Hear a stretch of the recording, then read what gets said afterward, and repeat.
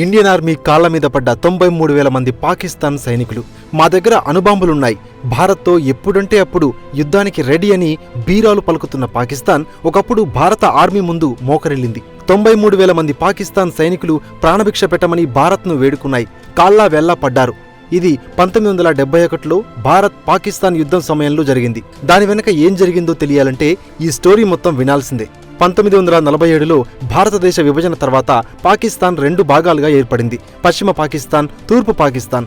ఈ 2 భౌగోళికంగా వేరుగా, సాంస్కృతికంగా భిన్నంగా ఉన్నాయి. తూర్పు పాకిస్తాన్లో బెంగాలీలు ఎక్కువగా ఉండగా వారు పశ్చిమ పాకిస్తాన్ ఆధిపత్యం, రాజకీయ వివక్ష, ఆర్థిక దోపిడీకి గురయ్యారు. 1970లో జరిగిన సాధారణ ఎన్నికల్లో తూర్పు పాకిస్తాన్కు చెందిన అవామీ లీగ్ షేక్ ముజీబుర్ రెహమాన్ నాయకత్వంలో ఘన విజయం సాధించింది.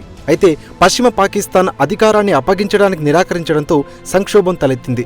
దీని ఫలితంగా 1971 మార్చిలో పాకిస్తాన్ సైన్యం తూర్పు పాకిస్తాన్పై ఆపరేషన్ సెర్చ్ లైట్ పేరుతో దాడులు చేసింది. లక్షలాది బెంగాలీలను ఊచకోత కోసింది. దాదాపు 1 కోటి మంది శరణార్థులు భారతదేశంలోని సరిహద్దు రాష్ట్రాల్లో ఆశ్రయం పొందారు. ఈ సంక్షోభం భారతదేశంపై భారీ ఒత్తిడిని తెచ్చిపెట్టింది. శరణార్థుల సంక్షేమం, సరిహద్దు ఉద్రిక్తతలు, పాకిస్తాన్ దూకుడును ఎదుర్కొనేందుకు భారత సైన్యం సన్నద్ధమైంది. అప్పటి భారత ఆర్మీ చీఫ్గా ఉన్న సామ్ మానేక్షా ప్రధాని ఇందిరాగాంధీ సలహాతో యుద్ధానికి సమగ్ర వ్యూహాన్ని రూపొందించారు.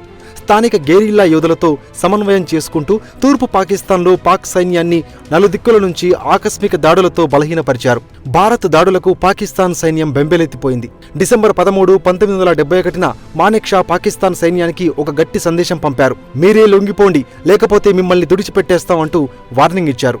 ఈ హెచ్చరిక తూర్పు పాకిస్తాన్లోని పాక్ సైన్యం మనోధైర్యాన్ని చంపేసింది. భారత సైన్యం వేగవంతమైన దాడులతో ఢాకాను చుట్టుముట్టింది.